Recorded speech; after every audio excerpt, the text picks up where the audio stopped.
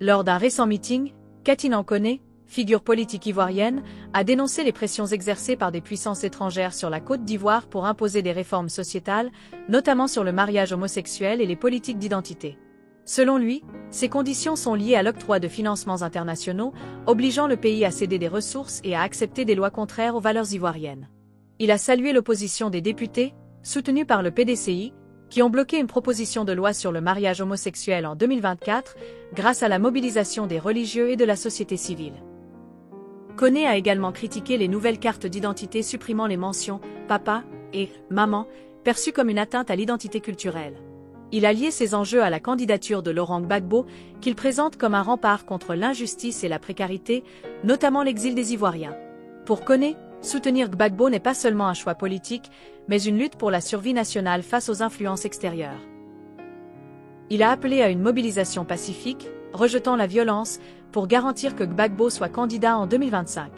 Nous ne prendrons jamais les armes, mais nous ne céderons pas à l'injustice, a-t-il martelé, insistant sur la nécessité de préserver l'identité et la souveraineté ivoirienne face aux pressions internationales. Il faut aller prendre l'argent chez les Américains. On appelle Millennium Challenge Programme. C'est leur façon à eux d'aider les pays, selon eux. Mais eux, ils sont clairs dans leur affaire. Ils disent, si tu prends notre argent, il faut accepter que ce qu'on appelle les minorités sexuelles, c'est-à-dire les homosexuels, puissent avoir leurs droits dans votre pays. Que vous puissiez admettre qu'une femme puisse se marier avec une femme et un homme puisse se marier avec un homme. Je suis là, il y a une mosquée devant moi. On a changé quelque chose, on appelle maintenant Whoopis. Et ils sont allés prendre l'argent, ils ont lu, ils savent que c'est comme ça, ils sont allés prendre l'argent. Deuxième condition, les Américains leur posent. Vous prenez notre argent, il faut qu'on ait accès à vos terres. Nos multinationales doivent avoir accès à nos terres.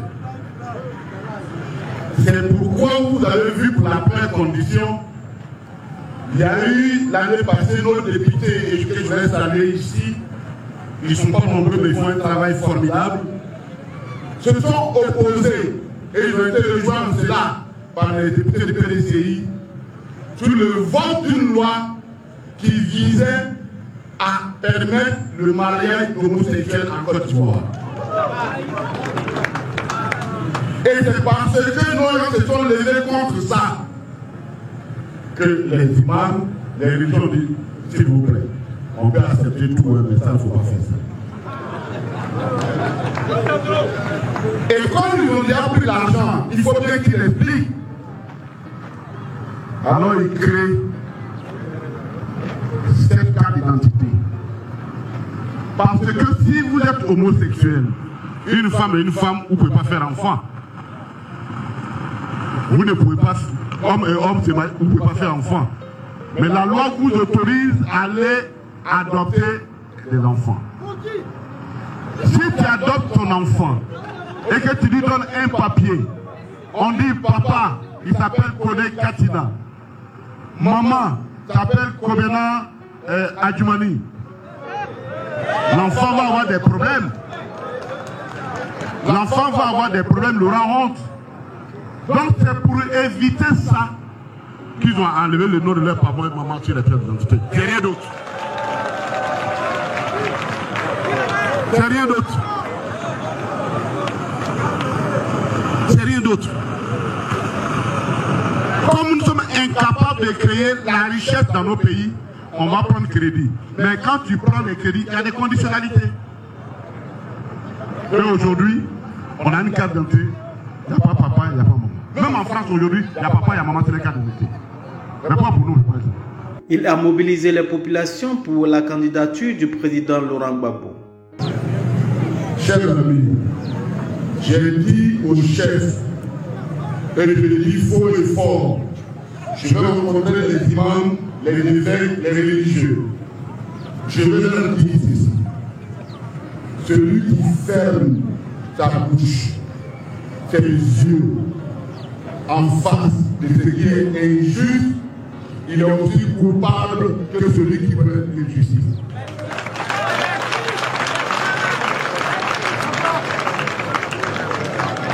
On va beaucoup oublier Dieu. Mais si nous faisons la promotion de l'injustice, on n'aura jamais la paix dans ce pays. Parce qu'il faut qu'ils comprennent, nous, notre candidat, il s'appelle Laurent. Il n'y a pas de plan A, il n'y a pas de plan B. Notre plan A, l'unique plan Z, c'est Laurent Gbagbo. Donc, dans ces conditions-là, on n'a qu'à s'assurer, on ne sait pas. Parce que ce que vous voulez faire, nous, on n'est pas d'accord avec ça. On n'est pas d'accord avec ça. Mais comme nous ne voulons pas que le pays se garde, il faut qu'on se parle. Moi, j'ai fait 10 ans d'exil. Je ne vais pas souhaiter un seul instant à un seul Ivoirien. Et je n'accepterai jamais qu'un Ivoirien aille en exil. Parce que c'est la pire forme des choses qui arrivent à un citoyen.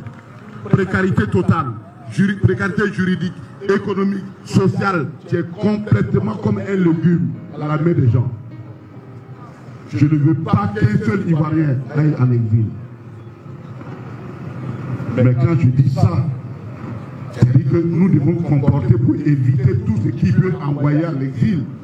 Et ce qui peut envoyer à l'exil, c'est l'injustice. Parce que nous n'accepterons pas l'injustice. Si nous nous trompons, si nous renonçons au combat, chers amis, un matin on va se lever la corde, on ne va même plus la reconnaître. Donc ce n'est pas une élection de Gbagbo, ce n'est pas pour Gbagbo, c'est pour nous-mêmes que nous nous battons pour que le président Gbagbo soit candidat.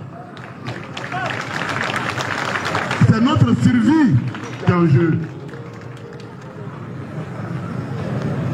C'est notre survie qui est en jeu. En 2000, on ne nous entendait pas.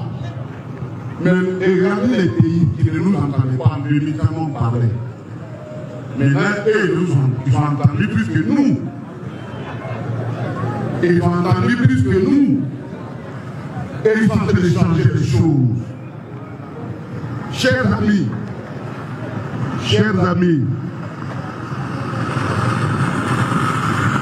la candidature du président Laurent Gbagbo est non négociable pour nous. Ça, je vous l'ai dit, demeurez mobilisés.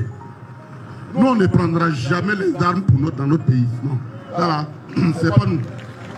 Ça, c'est pas nous. Ce n'est pas nous.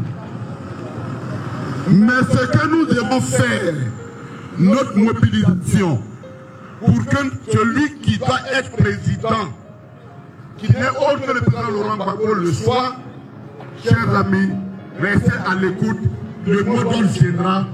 Docteur Justin Koné Katina.